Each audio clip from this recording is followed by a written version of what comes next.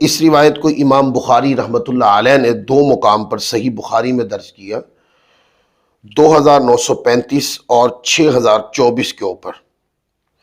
پھر آگے صحیح مسلم میں دو مقام پر 2165، 2593، سنن ترمذی میں 2701، سنن ابن ماجہ میں 856 اور 3689۔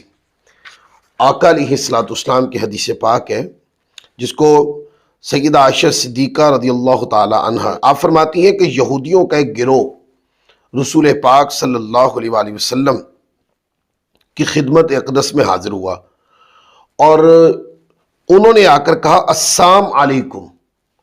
حضرت عائشہ صدیقہ رضی اللہ تعالی عنہ فرماتی ہیں کہ میں اسے سمجھ گئی، میں نے کہا تم پر سام یعنی موت اور لعنت ہو۔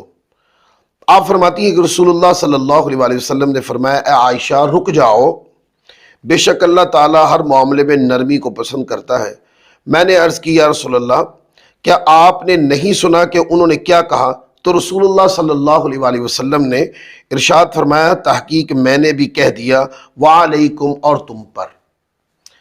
اب اس روایت کے اندر یہودیوں نے آ کر جب کہا نا انہوں نے السلام علیکم نہیں کہا جیسے ہم مسلمان آپس میں سلام کرتے ہیں، بلکہ انہوں نے کہا السلام، اس کا معنی موت ہوتی ہے، تو انہوں نے کہا السلام علیکم۔ نبی کریم صلی اللہ علیہ وآلہ وسلم کی شان میں گستاخی کرتے ہوئے وہ کہنے لگے کہ السلام علیکم۔ اب سیدہ عائشہ صدیقہ رضی اللہ تعالی عنہا وہ اس بات کے اوپر غور کر رہی تھی، غور آقا علیہ السلام نے بھی کیا، لیکن سیدہ عائشہ صدیقہ آقا علیہ السلام کی شان اقدس میں یہ گستاخی تو وہ برداشت نہیں کیا انہوں نے، اور انہوں نے فوراً اس کا جواب دیا، کہا علیکم السلام واللعنہ، یعنی تم پر ہو یہ موت اور لعنت بھی ہو تم پر۔ فوراً حضور علیہ السلام کی شان میں گستاخی کرنے والے کو سیدہ عائشہ صدیقہ رضی اللہ تعالی عنہا نے جواب دیا۔ اب اس سے آپ اندازہ کر لیں کہ صحابہ اور صحابیات کے اندر آقا علیہ السلام کی ناموس کے کتنے زبردست پہرے دار تھے یہ لوگ، اور حضور کی شان اقدس کے اندر ایک جملہ بھی کمزوری کا صحابہ کرام اور صحابیات برداشت نہیں کرتی تھی۔ کس طرح سیدہ عائشہ صدیقہ رضی اللہ تعالیٰ عنہا کا جذبہ عشق مصطفیٰ کس طرح سامنے آیا، اور کیسے جذبات بھڑک گئے کہ آقا علیہ السلام کی عظمت پہ شام میں گستاخی کی، ان کی جرت کیسے ہوئی، تو فوراً سے اس کا جواب دیا۔ تو آقا علیہ السلام نے فرمایا کہ عائشہ صدیقہ رضی اللہ تعالیٰ عنہ سے کہ رک جائیں، بلکہ اللہ تبارک و تعالیٰ عز و جل ہمیں ہر معاملے میں نرمی کرنے کا فرماتا ہے، سو نرمی کے ساتھ اس معاملے کو ڈیل کریں۔ تو سیدہ عائشہ صدیقہ رضی اللہ تعالیٰ عنہ نے عرض کی یا رسول اللہ انہوں نے کتنا بڑا جملہ آپ کی بارگاہ میں گستاخی کرتے ہوئے بولا ہے؟ تو حضور فرماتے ہیں میں نے اس گستاخی کا ان کو جواب دے دیا ہے، اور وہ کیا؟ انہوں نے کہا السلام علیکم، یہ گستاخانہ جملے بولے ہیں، یعنی کہ نبی کریم صلی اللہ علیہ وسلم کو یہ کہتے ہیں کہ آپ پر موت ہو۔ آقا فرماتے ہیں میں نے بھی ان کو کہہ دیا وعلیکم، جو تم کہہ رہے ہو یہ تم پر بھی ہو۔ اب اس سے یہ پتہ چلا کہ جو گستاخ رسول ہے اس کی گستاخی کا جواب دینا چاہیے، تاکہ اس کو اچھے طریقے سے مستحضر کروائیں کہ یہ گستاخی ہے اور یہ ہم دین میں برداشت نہیں کرتے، اس سے تکلیف ہوتی ہے، لہذا اس کو بتایا جائے۔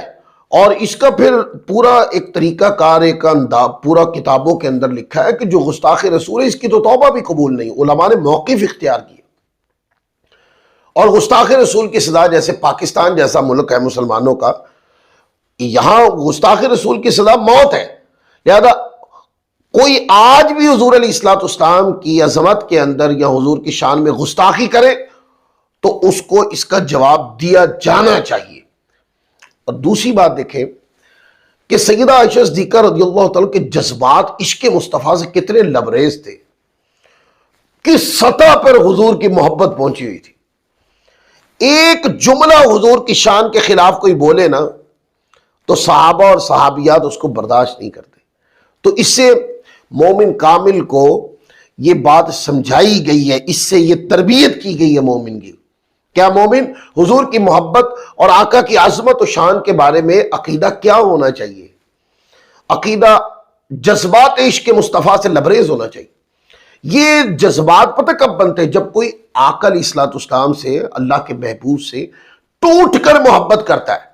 جب کوئی بندہ ٹوٹ کر حضور علیہ الصلوۃ والسلام سے، محبوب سے محبت کرتا ہے، پھر وہ محبوب کی کمی نہیں سنتا۔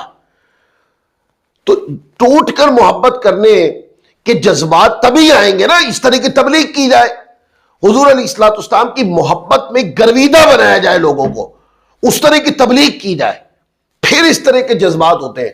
پھر مومنیت کے اندر عشق مصطفیٰ سے بھرے ہوئے جذبات اور آقا علیہ الصلوۃ والسلام کی عظمت کا عقیدہ لوگوں کے سینوں میں مضبوط ہوتا ہے۔ اور اگر آپ سڑی ہوئی تبلیغ کریں اور اس تبلیغ کے اندر حضور علیہ الصلوۃ والسلام کی شان اقدس سے دور لے جانے کا اچھا خاصا اہتمام اور انتظام کیا ہو آپ نے، میں ان لوگوں کی بات کرتا ہوں جو تبلیغ کرتے ہیں اور حضور علیہ الصلوۃ والسلام کو اپنے اوپر قیاس کرنے لگ جاتے ہیں، اور آقا کی تھوڑی سی شان بیان ہو تو وہ لوگ سمجھتے پتہ نہیں شرک ہو گیا ہے۔ تو جو اس طرح کی تبلیغ کر رہے ہیں وہ تو کبھی بھی عاشقان مصطفیٰ اور حضور علیہ الصلوۃ والسلام کی ناموس کے تحفظ کرنے والے سپاہی پیدا نہیں کر سکتے۔ اگر آقا کی عظمت و شان اور ناموس کی تحفظ کے سپاہی پیدا کرنے ہیں تو پھر ایسی تبلیغ کرنی ہوگی کہ طبیعتیں ٹوٹ کر حضور علیہ الصلوۃ والسلام کے ساتھ جڑ جائیں، آقا کی محبت کوٹ کوٹ کے ان کے دل و دماغ کے اندر بھرنی ہے، اس طرح کی تبلیغ کرنی ہے۔ یعنی تبلیغ کرنی ہے، اس تبلیغ میں عظمت مصطفیٰ کا عنصر نمایاں رکھنا ہے، شان مصطفیٰ کا عنصر نمایاں رکھنا ہے، حضور کے ساتھ محبت کو نمایاں رکھنا ہے، باقی ساری چیزوں کو اس کے بعد رکھنا ہے۔ جتنا زیادہ حضور کی محبت دل میں قرار پکڑے گی اتنا زیادہ بندے کا ایمان مضبوط ہوگا۔